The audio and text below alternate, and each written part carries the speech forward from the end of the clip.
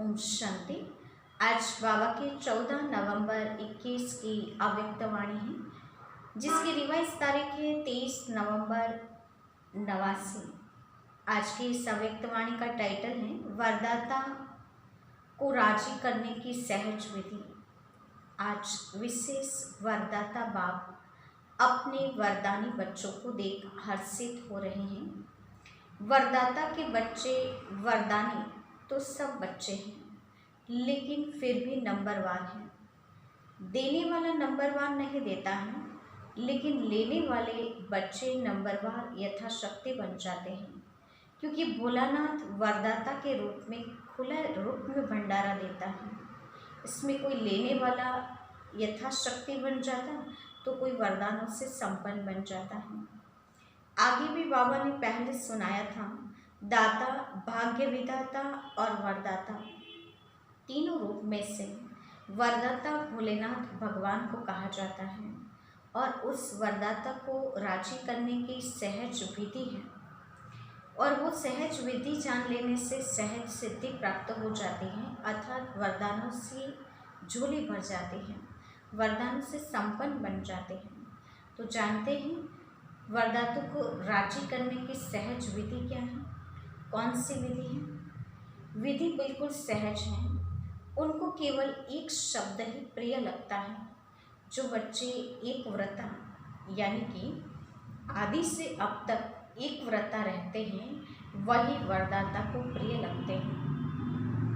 एक व्रता अर्थात सिर्फ प्रतिव्रता नहीं, लेकिन सर्व संबंध में एक व्रता, संकल्प में भी और स्वप्न में भी दूजा कोई नहीं। एक व्रता अर्थात सदा वृत्ति में भी एक हूँ। दूसरी बात, सदा मेरा तो एक, दूसरा न कोई, यह पक्का व्रत होना चाहिए। कई बच्चे एक व्रता बनने में चतुराई करते हैं। चतुराई कौन सी करते हैं?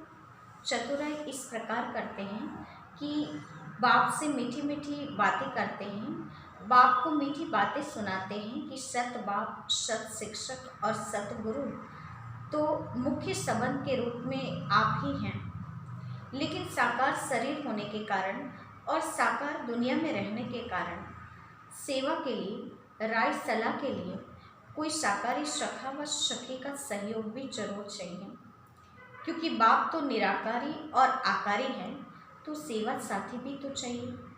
ऐसे बाबा से मीठी मीठी रूह रिहान करते हैं।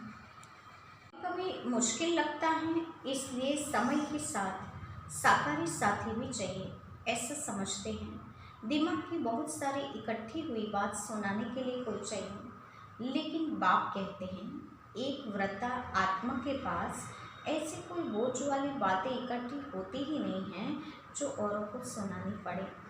तो उस समय एक बाप ही साथी हो जाता या और किसको साथी बना लेते हैं। तो सोचो कि बाप किनारे हो जाते हैं या आप किनारे हो जाते हैं। वायदा क्या किया है? साथ है, साथ चलेंगे, यही वायदा पक्का है। ब्रह्मा बाप का तो ये वायदा पक्का है कि पूरे चक्र में साथ साथ पार्ट बचाएंगे। तो बाप दादा कहते हैं साथी तो सब हैं, लेकिन कोई विशेष नहीं होना चाहिए। इसको कहते हैं एक व्रता, सबको साथी बनाकर चलो। तो ऐसी वरदानी आत्माएं हर समय हर परिस्थिति में वरदानों की प्राप्ति का अनुभव करती रहती हैं और सहज पार कर लेती हैं और पास विद ऑनर बनने का चांस भी ले लेती हैं। तो जब वरदाता सभी जिम्मेवारी उठाने के लिए जिम्मेवार हैं, वरदाता सारी जिम्मेवारी उठाने के लिए सदा एवर रेडी हैं, तो जिम्मेवारी या बोझ हमें क्यों उठाना चाहिए? उसके लिए हमें बाप को ही जिम्मेवार बनाना चाहिए। तो वरदाता को एक ही शब्द प्रिय है, एक व्रता, एक बल, एक भरोसा। एक का भरोसा दूसरे का न बने। बाबा कहते हैं एक बल, एक भरोसा।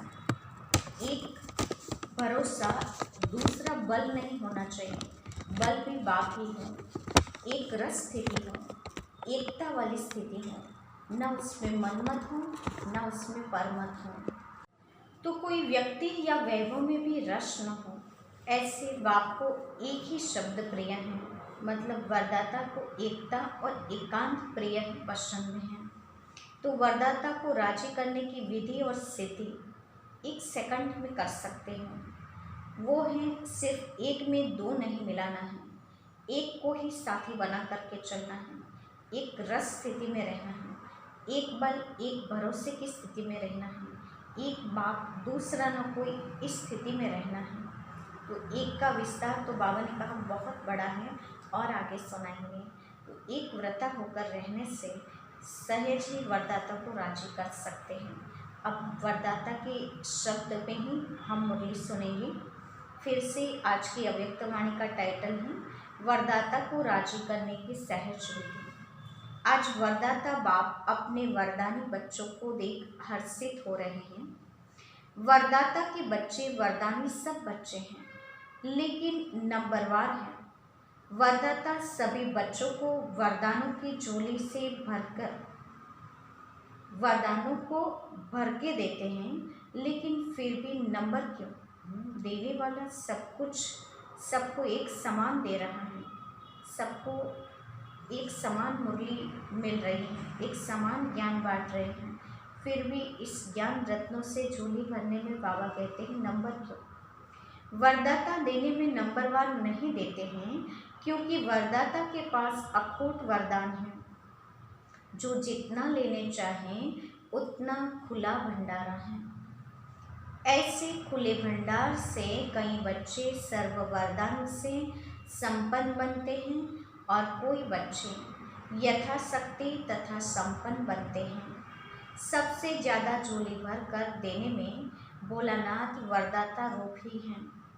पहले भी सुनाया है, दाता, भाग्य विधाता और वरदाता तीनों में से वरदाता रूप से भोले भगवान कहा जाता है, क्योंकि वरदाता बहुत जल्दी राजी हो जाते हैं। सिर्फ राजी करने की विधि जान लेते हो तो सिद्धि अर्थात वरदानों से झोली से भरपूर हो जाएंगे, संपन्न रहना सहज हो जाएगा। सबसे सहज विधि वरदाता को राजी करने की बाबा बताते हैं। सहज विधि कौन सी है जानते हैं? उनको सबसे प्रिय कौन लगता है? उनको एक शब्द सबसे प्रिय लगता है। जो बच्चे एक व्रता आदि से अब तक हैं वही वरदाता को अति प्रिय है। तो एक व्रता शब्द अंडरलाइन करना है वरदाता को राजी करने के लिए। एक व्रता अर्थात सिर्फ पतिव्रता नहीं, लेकिन सर्व संबंध से एक व्रता, संकल्प में भी स्वप्न में भी दूजा कोई नहीं। एक व्रता अर्थात सदा वृत्ति में भी एक हूँ। दूसरी बात, सदा मेरा तो एक दूसरा न कोई, यह पक्का व्रत लिया हुआ हूँ। कई बच्चे एक व्रता बनने में बड़ी चतुराई करते हैं। कौन सी चतुराई? बाप को ही मीठी बातें सुनाते हैं कि बाप शिक्षक सद्गुरु का मुख्य संबंध तो आपके साथ ही है, लेकिन साकार शरीरधारी होने के कारण, साकार दुनिया में चलने के कारण कोई साकारी सखा व सखी सहयोग के लिए, सेवा के लिए, राय सलाह के लिए साकार में जरूर चाहिए। क्योंकि बाप तो बाबा कहते हैं बच्चे कैसे चतुराई करते हैं। बाप को भी मीठी मीठी बातें सुनाते कहते हैं बाप तो निराकार और आकार है, इसलिए सेवा साथी है और तो कुछ नहीं है। लेकिन निराकारी आकारी मिलन मनाने के लिए स्वयं को भी आकारी निराकारी स्थिति में स्थित होना पड़ता है। वह कभी कभी मुश्किल लगता है। बाबा कहते हैं साकारी शरीरधारी होने के कारण और साकारी दुनिया में रहने के कारण सेवा के साथी भी साकारी चाहिए, क्योंकि बाप तो निराकार और आकार है और निराकार और आकार स्थिति बनाने में कभी कभी मुश्किलात हो जाती है, इसीलिए साकार का सहारा ले लेते हैं। तो बाबा ने कहा उसको एक व्रता नहीं कह सकते हैं, उसको फिर दूसरी वृत्ति में चला जाना कहेंगे। इसीलिए बाबा आगे कहते हैं वह कभी कभी मुश्किल लगता है। क्या मुश्किल लगता है? निराकार व आकार बनना मुश्किल लगता है, इसलिए समय के लिए साकार साथी चाहिए। जब दिमाग में बहुत सारी बातें भर जाएगी तो क्या करेंगे? सुनने वाला तो चाहिए ना। बाबा से कहते हैं कि दिमाग में बहुत सारी बातें भर जाती हैं, तो सुनने के लिए कोई शाकाहारी साथी तो चाहिए। एक व्रता आत्मा के पास ऐसी बोझ की बातें इकट्ठी नहीं होती जो सुनानी पड़े।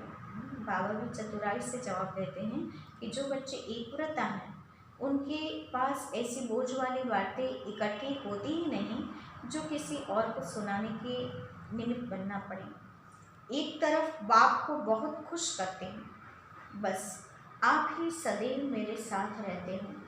कहते क्या हैं, गाते क्या हैं कि आप ही सदा मेरे साथ हो। सदा बाप मेरा साथ है, साथी हैं, फिर उस समय कहाँ चला जाता है? बाबा बड़े गौर से पूछते हैं कि आप तो कहने में क्या कहते हैं बच्चे कि बाप मेरा साथ है, साथी हैं, फिर ऐसे समय पर, सुनाने के समय पर साकार साथी क्यों? उस निराकार और आकार को ही साथी क्यों नहीं बना सकते हैं? ये बाबा सामने से प्रश्न पूछते हैं बच्चों को। तो बाबा आगे कहते हैं, बाप चला जाता है या आप किनारे हो जाते हैं? किनारा कर कौन करता है, बच्चे या बाप किनारे करते हैं? बाप तो निराकार और आकार बनने में सदा सहयोगी हैं, हमारी बातें सुनने के लिए भी सदा रेडी हैं, लेकिन फिर भी हमें निराकार और आकार स्थिति बनाने में मुश्किलात हो जाती हैं, इसीलिए साकार का सहारा लेते हैं। हर समय साथ हैं व 6-8 घंटा साथ हैं, वायदा क्या है? साथ हैं, साथ रहेंगे, साथ चलेंगे, यह वायदा पक्का है ना? ब्रह्मा बाप से तो इतना वायदा है कि सारे चक्र में 7 पार्ट बचाएंगे। जब ऐसा वायदा है फिर भी साकार में कोई विशेष साथी चाहिए। बाबा प्रश्न पूछते हैं कि ब्रह्मा बाप के से भी साकार में वायदा है कि साथ रहेंगे, पूरे कल्प में 7 पार्ट बचाएंगे, फिर भी बाबा ने कहा साकार रूप में विशेष साथी की आवश्यकता क्यों? बाप दादा के पास सबके जन्म पत्री हैं, बाप के आगे तो कहेंगे आप ही साथी हैं। जब परिस्थिति आती है फिर बाप को ही समझाने लगते हैं कि यह तो होगा ही, इतना तो चाहिए ही, इसको एक व्रता कहेंगे। बाबा ने कहा बाप को क्या सुनाते हैं परिस्थिति आने पर कि इतना तो चाहिए ही, यह तो होगा ही। फिर बाबा ने डॉट लगा दी हैं, अर्थात बच्चों की बहुत सारी मांग हो सकती हैं, इसीलिए बाबा ने कहा इसको क्या एक व्रता कहेंगे? साथी हैं तो सब साथी हैं, कोई विशेष नहीं। सेवा साथी हैं तो सबको सेवा साथी बनाकर चलो, किसी एक को विशेष सेवा साथी बनाकर चलना इसे एक व्रता नहीं कहते हैं। तो वरदाता को ऐसे बच्चे अति प्रिय हैं जो एक व्रता हैं। ऐसे बच्चों की हर समय की सर्व जिम्मेवारियां वरदाता बाप स्वयं अपने ऊपर उठाते हैं। बाप का वायदा है यदि हम एक व्रता होकर चलेंगे तो हमारी सारी बातों का जिम्मेवार बाप होगा। ऐसी वरदानी आत्माएं हर समय हर परिस्थिति में वरदानों की प्राप्ति संपन्न स्थिति अनुभव करती हैं और सदा सहज पार करती हैं और पास विद ऑनर बनती हैं। जब वरदाता सर्व जिम्मेवारियां उठाने के लिए एवर रेडी हैं तो फिर अपने ऊपर जिम्मेवारी का बोझ क्यों उठाते हैं? अपनी जिम्मेवारी समझते हो तब परिस्थिति में पास विद ऑनर नहीं बनते हैं, लेकिन धक्के से पास होते हैं। अपनी जिम्मेवारी का बोझ बाप को नहीं देते हैं लेकिन स्वयं उठाने लग जाते हैं, तो फिर बाबा ने कहा वो पास विद ऑनर नहीं बन सकते हैं लेकिन धक्के से पास होते हैं। किसी के साथ का धक्का चाहिए। अगर बैटरी फुल चार्ज नहीं होती तो कार को धक्के से चलाते हैं, तो धक्का अकेला तो नहीं देंगे, साथ चाहिए, इसलिए वरदानी नंबरवार बन जाते हैं। तो वरदाता को एक शब्द प्रिय है और वह है एक व्रता। एक बल एक भरोसा, एक का भरोसा दूसरे का बल ऐसा नहीं कहा जाता। एक बल एक भरोसा कहा जाता है, एक भरोसा दूसरे का बल ऐसा नहीं कहा जाता। एक बल एक भरोसा ही गाया हुआ है, साथ साथ एक मत, न मनमत न परमत, एक रस, न और कोई व्यक्ति न कोई वैभव में रस। ऐसे ही एकता एकांत प्रिय। बाबा ने कहा ऐसे बहुत सारे एक वाले शब्द होते हैं, क्योंकि बाबा की जो अव्यक्त वाणियाँ हैं उसमें बाबा ने बहुत अच्छे शब्दों का प्रास बिठाया होता है। तो आज की बाबा की मुरली में एक के ऊपर शब्दों का प्रास है। जैसे बाबा ने कहा एक मत, एक रस, एकता, एकांत प्रिय, ऐसे बहुत सारे एक के शब्द हो सकते हैं, जिसका होमवर्क बाबा ने हम बच्चों को दिया कि ऐसे बहुत सारे शब्द हैं जिसे और भी निकाल सकते हैं। बाप इतना भोला है जो एक में ही राजी हो जाता है, ऐसे वरदाता को राजी करना क्या मुश्किल लगता है? सिर्फ एक का पाठ पक्का करो। बाबा ने कहा वरदाता को राजी करना बहुत सहज है, उस एक को राजी कर लेते हैं तो सब कुछ आ जाता है। इसके लिए एक का पाठ पक्का करो, 5 साथ में जाने की जरूरत नहीं है। वरदाता को राजी करने वाले अमृत वेले से रात तक हर दिनचर्या में, कर्म में वरदानों से ही पलते हैं, चलते हैं और उड़ते हैं। ऐसे वरदानी आत्माओं को कभी कोई मुश्किल, चाहे मन से चाहे सबन संपर्क से अनुभव नहीं होगी। वरदानी आत्माओं को बाबा ने कहा कि कोई भी बात में मुश्किलात नहीं होगी। हर संकल्प में, हर सेकंड, हर कर्म में, हर कदम में वरदाता और वरदान सदा समीप, सम्मुख, साकार रूप में अनुभव होगा। वह ऐसे अनुभव करेगा जैसे साकार में बात कर रहे हैं।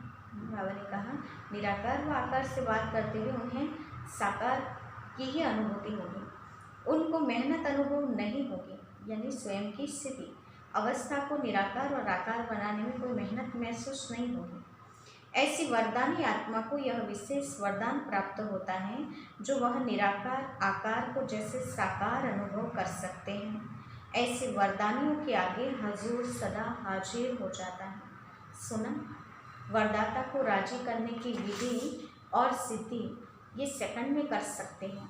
सिर्फ एक में दो नहीं मिलाना है, बस एक बल, एक भरोसा, एक बाप दूसरा न कोई, इन सारी बातों में एक व्रता होना चाहिए। एक में बाबा ने कहा दूसरा नहीं मिलाना है।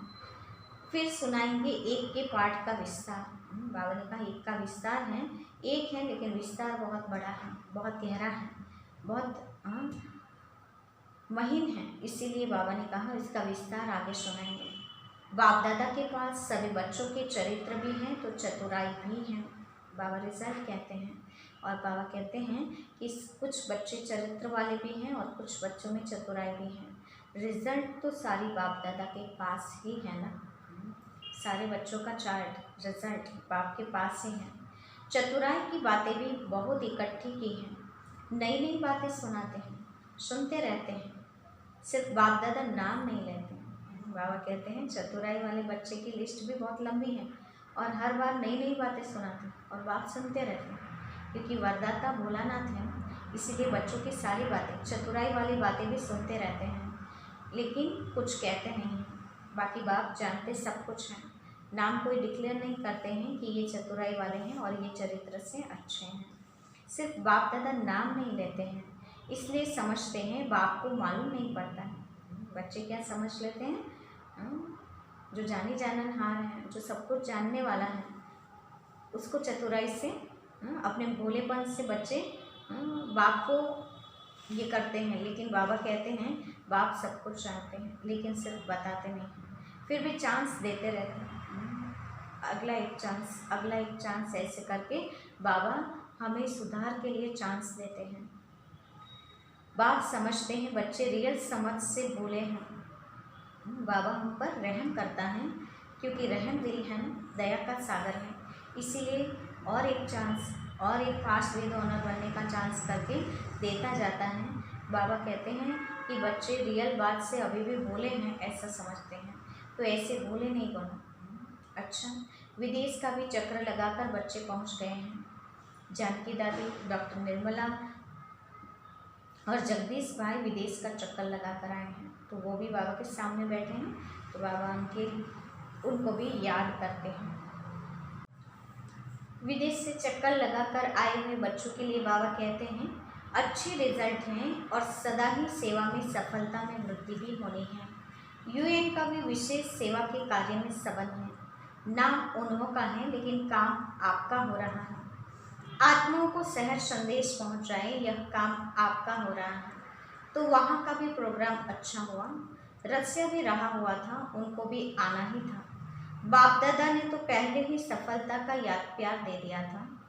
भारत के एम्बेसडर बनकर गए तो भारत का नाम बाला हुआ ना।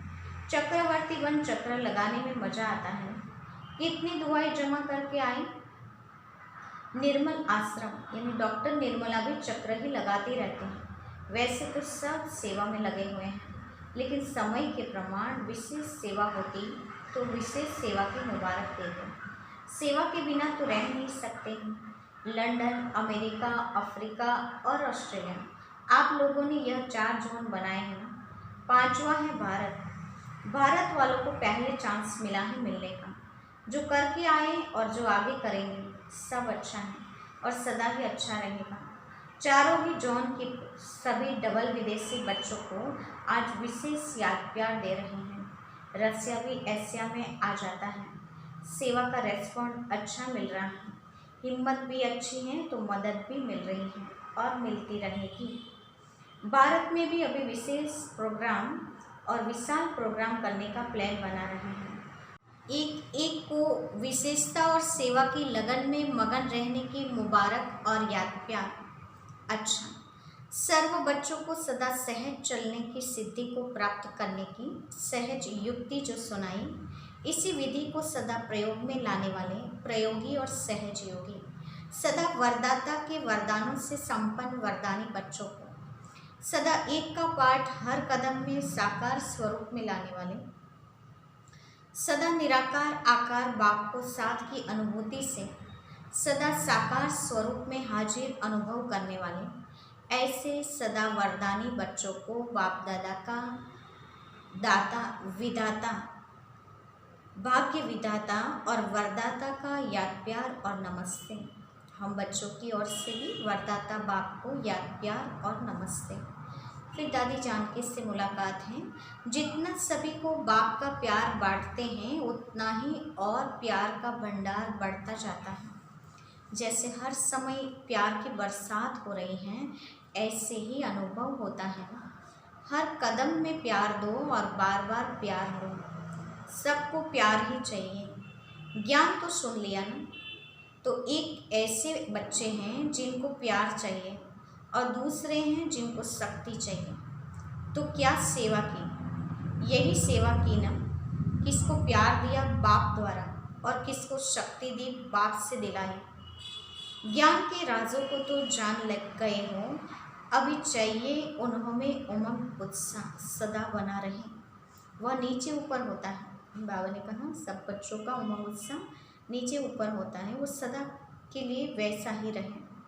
फिर भी बाप दादा डबल विदेशी बच्चों को आफरीन यानी शाबाश देते हैं कि भिन्न धर्म में चले तो गए ना, भिन्न देश भिन्न रस्म फिर भी चल रहे हैं और कई तो वारिस भी निकले हैं। अच्छा, फिर आगे महाराष्ट्र और पुणे का ग्रुप है। सभी महान आत्माएं बन गए ना। पहले सिर्फ अपने को महाराष्ट्र निवासी कहलाते थे, अभी स्वयं महान बन गए। बाप ने आकर हर एक बच्चे को महान बना दिया। विश्व में आपसे महान और कोई है? सबसे नीचे भारतवासी गिरे और उसमें भी जो 84 जन्म लेने वाली ब्राह्मण आत्माएं हैं वह नीचे गिरे। तो जितना नीचे गिरे उतना अभी ऊंचा उठ गए, इसलिए कहते हैं ब्राह्मण अर्थात ऊंची चोटी। जो ऊंचाई का स्थान होता है उसको चोटी कहा जाता है। पहाड़ों की ऊंचाई को भी चोटी कहते हैं। तो यह खुशी है कि क्या से क्या बन गई। पांडवों को ज़्यादा खुशी है या शक्तियों को? किसी ने कहा शक्तियों को, क्योंकि शक्तियों को बहुत नीचे गिरा दिया गया था। द्वापर से लेकर पुरुष तन ने ही कोई न कोई पद प्राप्त किया। धर्म में भी अभी अभी फीमेल्स की महामंडलेश्वरियाँ बनी हैं, नहीं तो महामंडलेश्वर ही गाए जाते थे। बाबा ने कहा द्वापर से सन्यासी बनने का अधिकार भी स्त्रियों को नहीं था, पुरुष को ही था। वो तो अभी अभी बाबा ने कहा चांस लिया है। जब से बाप ने माताओं को आगे किया है तब से उन्होंने भी 2-4 महामंडलेश्वरियाँ रख दी हैं, नहीं तो धर्म के आगे नहीं तो धर्म के कार्य में माताओं को कभी भी आसन नहीं देते थे। इसलिए माताओं को ज़्यादा खुशी है और पांडवों का भी गायन है। पांडवों ने जीत प्राप्त कर ली। नाम पांडवों का आता है, लेकिन पूजन ज़्यादा शक्तियों का होता है। पहले गुरुओं का कर चुके हैं, अभी शक्तियों का करते हैं। जागरण गणेश व हनुमान का नहीं करते, शक्तियों का करते हैं, क्योंकि शक्तियाँ अभी खुद जग गई हैं। तो शक्तियाँ अपने शक्ति स्वरूप में रहती है ना, यह कभी कभी कमज़ोर बन जाती हैं। बाबा माताओं को कहते हैं शक्तियाँ अपने स्वरूप में स्थित हैं या अपने स्वरूप से कमज़ोर होकर नीचे उतर आते हैं। माताओं को देख के संबंध का मोह कमज़ोर करता है। थोड़ा थोड़ा बाल बच्चों में, पौत्रे दोत्रों में मोह होता है। और पांडवों को कौन सी बात कमज़ोर करती है? पांडवों में अहंकार होने के कारण क्रोध जल्दी आता है। लेकिन अब तो जीत हो गई है ना, अब तो शांत स्वरूप पांडव हो गए और माताएं निर्मोही हो गई ना। दुनिया कहे कि माताओं में मोह होता है और आप चैलेंज करो कि हम माताएं निर्मोही हैं।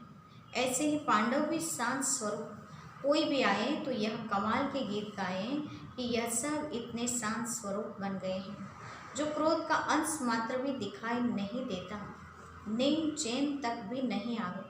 क्रोध का अंश, आवेश, अंदर से घृणा भाव, तिरस्कार की भावना, ये बाबा ने कहा नेम चैन पर भी दिखाई न दे। कहीं ऐसे कहते हैं क्रोध तो नहीं है, थोड़ा जोश आ जाता है, तो वह क्या हुआ? वह भी क्रोध का ही अंश हुआ ना। तो पांडव विजयी हैं, अर्थात बिल्कुल संकल्प में भी शांत, बोल और कर्म में भी शांत स्वरूप। माताएं सारे विश्व के आगे अपना निर्मोही रूप दिखाओ। लोग तो समझते हैं यह असंभव है और आप कहते हो संभव भी है और बहुत सहज भी है। लक्ष्य रखो तो लक्षण जरूर आएंगे। जैसी स्मृति वैसी स्थिति जरूर बनेगी। धरनी में माता पिता के प्यार का पानी पड़ा हुआ है, इसलिए फल सहज निकल रहा है। अच्छा, बाबा ने कहा धरनी यानी महाराष्ट्र और पुणे में बाप पिता यानी ब्रह्मा बाप और मम्मा दोनों ने सेवा की है, इसलिए फल अच्छा निकल रहा है। बाप दादा सेवा और स्वोन्नति दोनों को देख करके खुश होते हैं, सिर्फ सेवा को देख करके नहीं। जितनी सेवा में वृद्धि उतनी स्वोन्नति में भी दोनों साथ साथ हैं। कोई इच्छा नहीं, जब आवे ही सब मिलता है तो इच्छा क्या रहे। बिना कहे बिना मांगे इतना मिल गया है जो मांगने की इच्छा की आवश्यकता नहीं, तो ऐसे संतुष्ट होना। यही टाइटल अपना स्मृति में रखना कि संतुष्ट हैं और सर्व को संतुष्ट कर प्राप्ति स्वरूप बनाने वाले हैं। तो संतुष्ट रहना और संतुष्ट करना यह है विशेष वरदान, असंतुष्टता का नाम निशान नहीं। अच्छा, फिर आगे गुजरात का ग्रुप बाप दादा से मिल रहा है। गुजरात का ग्रुप बाबा से मिलता है। ब्राह्मण जीवन में लास्ट जन्म होने के कारण शरीर से चाहे कितने भी कमज़ोर हैं या बीमार हैं, चल सकते हैं या नहीं चल सकते हैं, लेकिन मन की उड़ान के लिए पंख दे दिए हैं।